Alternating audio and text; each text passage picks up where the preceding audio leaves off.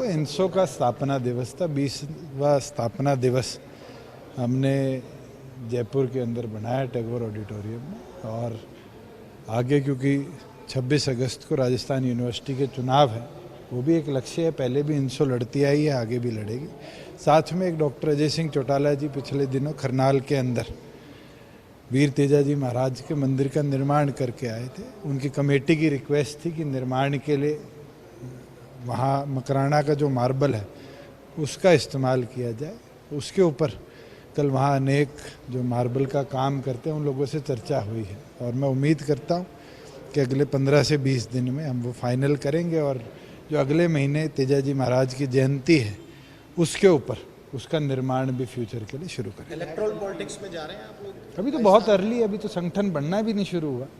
संगठन बनाएंगे, उसके बाद विचार करेंगे कि संगठन का विस्तार करके ही आगे चुनाव लड़ना है नहीं लड़ना। विधायक दल की बैठक है, आप मानसून सत्र को लेकर रणनीति बनाएंगे? 3 दिन का विधानसभा का सेशन है, और हमारा एक रेगुलर ट्रेडिशन रहा है कि विधानसभा सेशन से पहले हम लंच करते थे, क्योंकि 2 बजे सेशन शुरू होता था। कल क्योंकि विधानसभा की ट्रेनिंग सुबह है, तो उस उपलक्ष्य में आज रात्रि भोज रखा गया कि सारे विधायकों से हर विषय पे चर्चा भी हो, और आगे जो रूपरेखा रखनी है उसके ऊपर भी सबसे चर्चा करके ही काम उठा। विपक्ष ने भी तैयारी की है, महंगाई का मुद्दा है, पेंशन का है, कुछ घोटाले हैं, कुछ कानून व्यवस्था है। मैं तो एक चीज़ बोल सकता हूँ, हर सेशन में कहते हैं तैयारी करी है, और निष्कर्ष क्या निकलता है?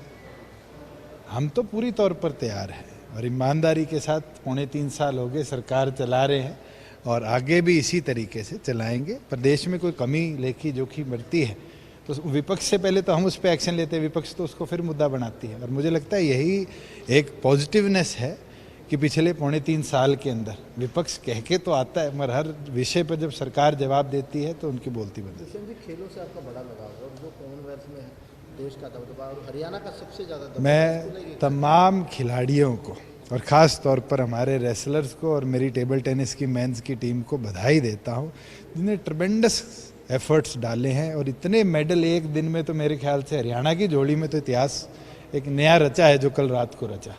मगर उम्मीद है कि अगले दिनों के अंदर भी इसी तरह झड़ी बनती रहे। हॉकी टीम फाइनल में है, मेंस की, वुमेन टीम्स ब्रॉन्ज जीत की। मैं ये मानता हूँ कि इस बार का कॉमनवेल्थ गेम्स एक एक्स्ट्रा ऑर्डिनरी गेम रहेगा। हम तो मिस कर रहे हैं कि शूटिंग आउट हो गया।